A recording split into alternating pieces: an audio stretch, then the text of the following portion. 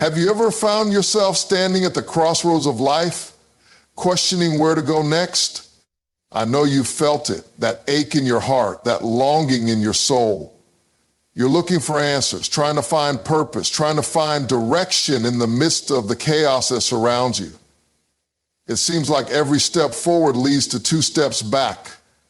You keep pushing, keep striving, keep praying, but still, the road seems endless, the journey unfulfilled. What is it that you are supposed to do? What is the right move? What is the next step? That question echoes in your mind day in and day out. God, what should I do? I want to tell you today that you are not alone in this struggle. Every great man, every great woman has asked that very question at some point in their lives. They've stood at that same crossroads, staring down the uncertainty, not knowing which direction to turn. But you see, the very fact that you're asking the question shows that you're ready. You're ready for something greater, something beyond the ordinary, something beyond your current understanding. There is a season in every life where you are tested, stretched, and pulled in every direction. It's like being in the wilderness, wandering without a map, without a clear path. But the wilderness is not meant to destroy you. It is meant to shape you. It is meant to prepare you for something greater than you could ever imagine. I know you're tired. I know you're weary from the fight.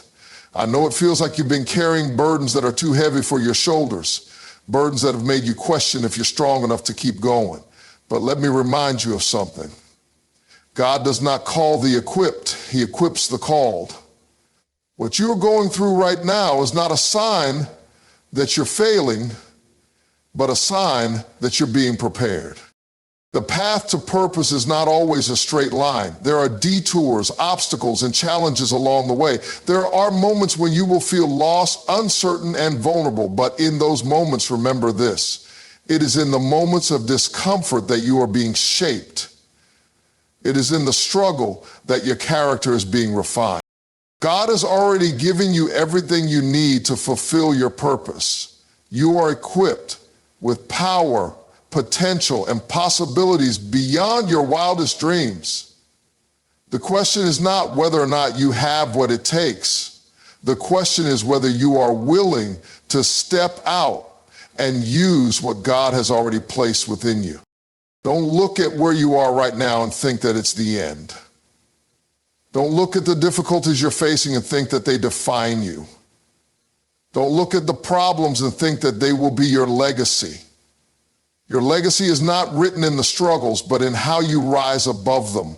Your legacy is not determined by what you've been through, but by what you do with what you've been through.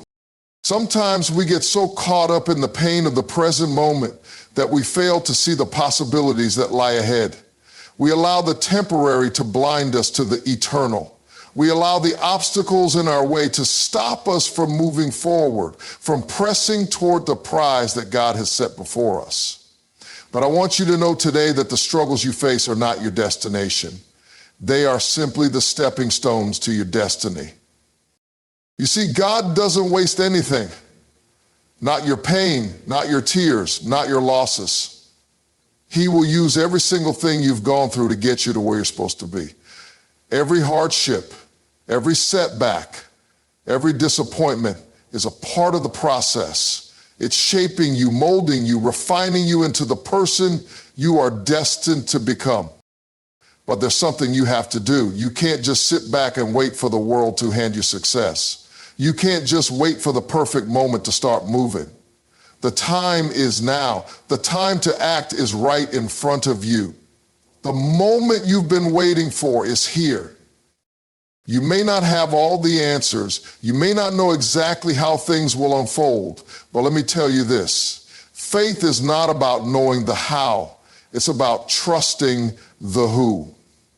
Faith is not about having a plan for every step. It's about believing that God has a plan for you, even when you can't see the way.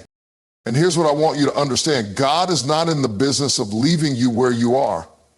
He is in the business of taking you from glory to glory. He is in the business of elevating you, of expanding your territory, of opening doors that no man can shut. But there's a key to unlocking that blessing. There's a key to stepping into that destiny, and it's called obedience. Obedience to the call. Obedience to the vision that God has placed in your heart. When God speaks, you have to move. You can't hesitate. You can't sit on the sidelines. The time is now. You might feel like you're not ready. You might feel like you don't have enough. But I want you to remember something. God doesn't call you based on what you already have. He calls you based on what he knows he will provide. You are not expected to do it on your own. You are not expected to have it all figured out, but you are expected to trust him to lead you. Trust him when the road seems unclear. Trust him when the promises seem delayed. Trust him when everything around you seems to be falling apart. Because even when it seems like things are falling apart, they're actually falling into place. God has a plan. He has a purpose, and he will see it through. The enemy will try to convince you that you're not good enough. He'll try to make you believe that you're not capable of what God has called you to do. He'll try to sow seeds of doubt in your mind to make you question your worth, your ability, your calling. But you have to silence the voice of the enemy. You have to rise up and declare that you are chosen. You are called. You are equipped. There is greatness inside of you. There is a power within you that is greater than anything the world can throw at you. You are more than a conqueror. You are victorious. And no weapon formed against you will prosper. So what should you do? You should step out in faith. You should move forward with courage. You should trust that God is with you every step of the way. You should stop waiting for the perfect conditions and start working with what you have. Because with God, what you have is enough. You might be asking yourself, but what if I fail? What if you fail? Faith is not about knowing the how, but trusting the who that leads you. When God speaks, move. Don't hesitate or wait for the perfect moment. Challenges and failures are not the end, but opportunities to grow. Trust that failure is part of the learning process and that God's plans for you are greater than any obstacle you face. Keep moving forward with courage and confidence. There are moments in life when the weight of our struggles feels unbearable. We find ourselves in situations where it seems as though we're making no progress, as if the very ground beneath us is shifting in unpredictable ways. It's easy to believe that these difficulties, these trials, are nothing more than obstacles standing between us and our dreams. But what if I told you that the obstacles, the struggles, and the setbacks are not interruptions in the process, but an essential part of the journey? What if everything you are going through right now is part of the divine preparation for something greater, something beyond what you can even imagine? Life has a way of testing us, challenging us, and pushing us to our limits. It feels like the odds are stacked against us, and we can easily lose sight of why we're facing these trials. We question God, we question the path we're on, and we wonder if all the pain is worth it. But when you take a step back and view the bigger picture, you begin to see something profound. What feels like a detour may actually be the very path that leads you to your destination. What feels like a delay may actually be divine timing at work, positioning you for what's ahead. In this process, nothing is wasted. Every hardship you endure, every challenge you face is not a sign that you're being punished. It's an opportunity for growth. It's an opportunity for transformation. When you're being stretched beyond your limits, you're not being broken, you're being built. It's a process of refinement where your character, your strength, and your resilience are being developed. This process may be uncomfortable. It may stretch you in ways you never thought possible, but in the end, it's making you into the person you are meant to become. Think about the journey of a diamond. Before it becomes the precious gem that sparkles in the light, it must go through intense pressure and heat, the raw material, the coal.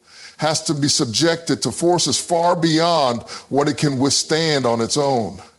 But it's through this process that it becomes something far more beautiful and valuable. The coal doesn't remain coal forever. It becomes something greater, something with purpose. The same is true for us. We may feel like coal in the midst of our struggles, but with time, pressure, and divine guidance, we are being shaped into something magnificent. The process isn't always easy to endure. In fact, it often feels like you're being pulled in so many different directions that you start to wonder if you'll ever make it through. But here's the truth. God doesn't waste anything. Every tear you shed, every sleepless night, every disappointment is being used to prepare you for what's coming next. In those moments when it feels like you're standing still, God is working behind the scenes, orchestrating things in your favor, aligning things in ways you cannot see.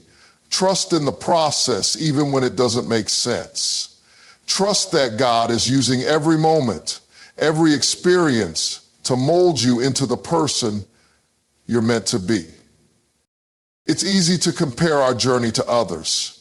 We look around and see people seemingly moving ahead with ease, and we begin to wonder why our progress is so slow. But the truth is, we each have our own unique journey to walk. Your process is different from anyone else's because your purpose is unique to you.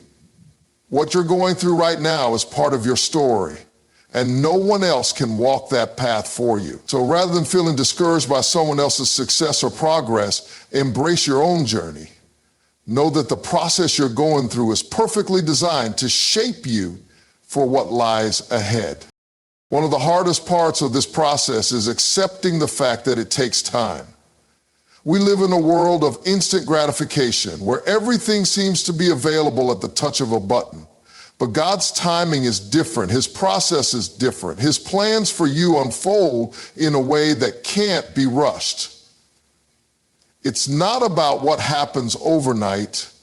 It's about what happens over time. It's about the incremental growth, the lessons learned, and the character built that prepare you for the bigger opportunities that are coming. When you look back at the difficulties you faced, you'll start to see the purpose in each one. It's in the moments of pain that we often discover the most about ourselves. It's in the struggle that we learn how strong we really are. It's in the brokenness that we realize how much we need God. The process, although difficult, brings us closer to who we're meant to be. It strips away the unnecessary parts of us, the fears, the insecurities, the doubts, and reveals the strength, resilience, and faith that have always been inside. And remember, the process doesn't just prepare you for what's ahead, it also transforms you in the present. It teaches you patience, perseverance, and trust. It teaches you to rely not on your own understanding, but on God's guidance. It teaches you that even in the waiting, you are being prepared. Even in the moments when you feel like nothing is happening, something is happening inside of you. You are growing, evolving, becoming stronger and more capable of handling what is to come. The beauty of the process is that it is not just about the destination. It's about who you become along the way. The person you are today is not the person you will be tomorrow, and that's something to celebrate. As you walk through life's trials and triumphs, you are being shaped into someone who is more capable, more faithful, and more prepared for the blessings that await you. So take a moment to reflect on your own journey. Embrace the process you're in, even if it feels uncomfortable. Know that everything you are going through is leading you to something greater.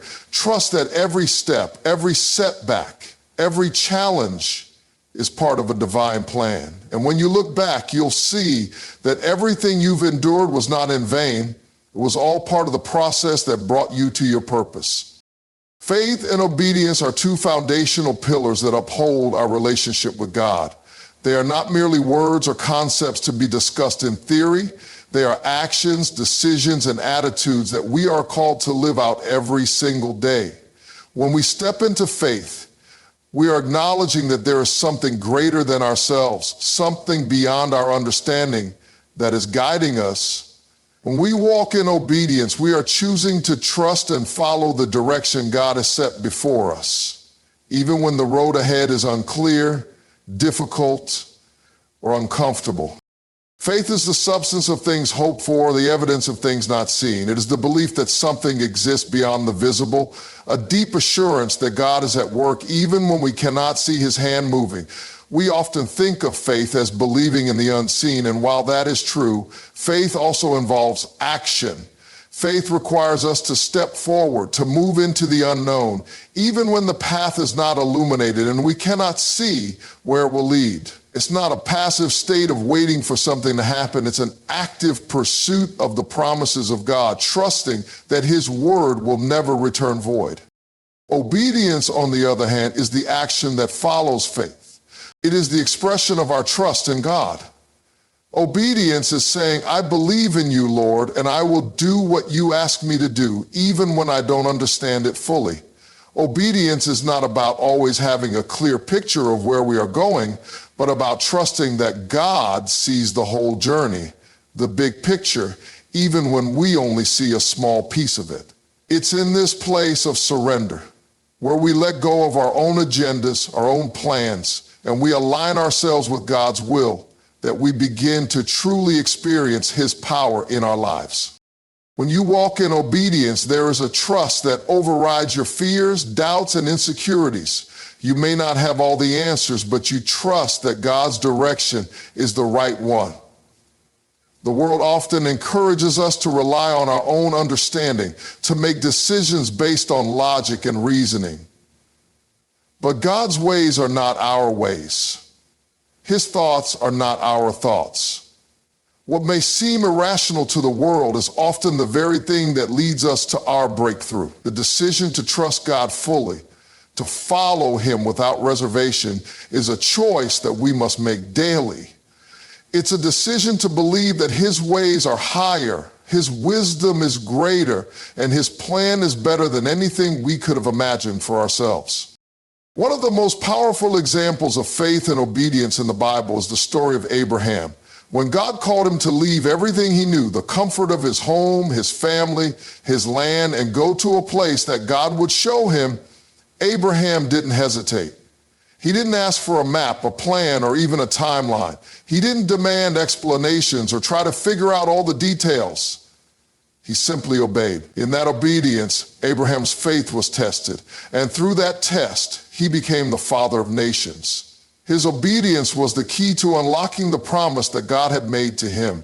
And it wasn't a one-time act of obedience. Over and over, Abraham had to place his faith in God's promises, even when it didn't make sense. His obedience opened the door to blessings that were far beyond anything he could have imagined. Faith and obedience go hand in hand. You can't have one without the other.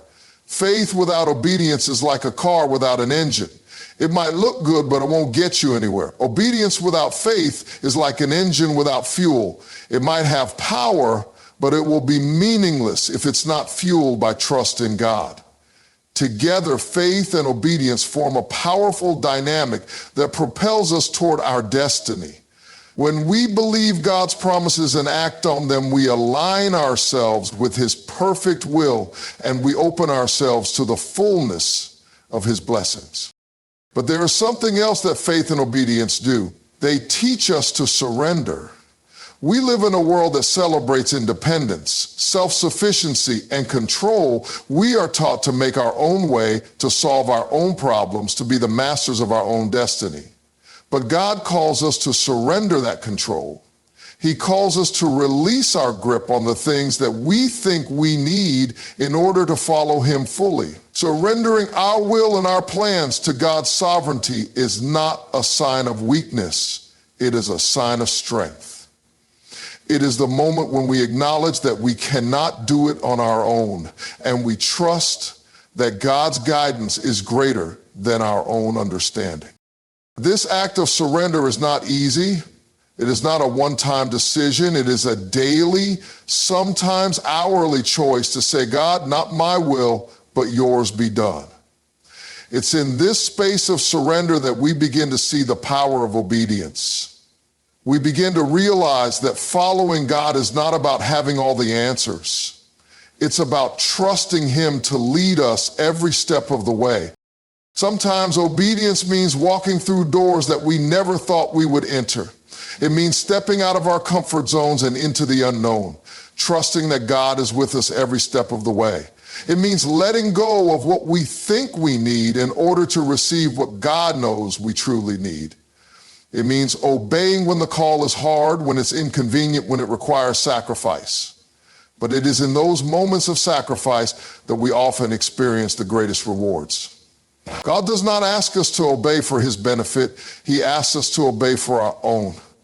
In our obedience, we experience His provision, His protection, and His peace in ways that we could never experience if we tried to do things our way. The beauty of faith and obedience is that they are not about perfection.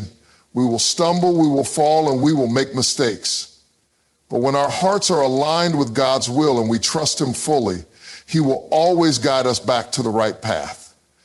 His grace covers our failures, His love restores our brokenness, and His faithfulness carries us through. In the end, it is not about how perfectly we follow, but about how fully we surrender. It is not about how clearly we can see the path ahead, but about how deeply we trust the one who is leading us. Faith and obedience are not just actions, they are a way of living, a posture of the heart that says, I trust you, God, no matter what. And when we live in this way, we unlock the power of God to move in our lives in ways we never thought possible.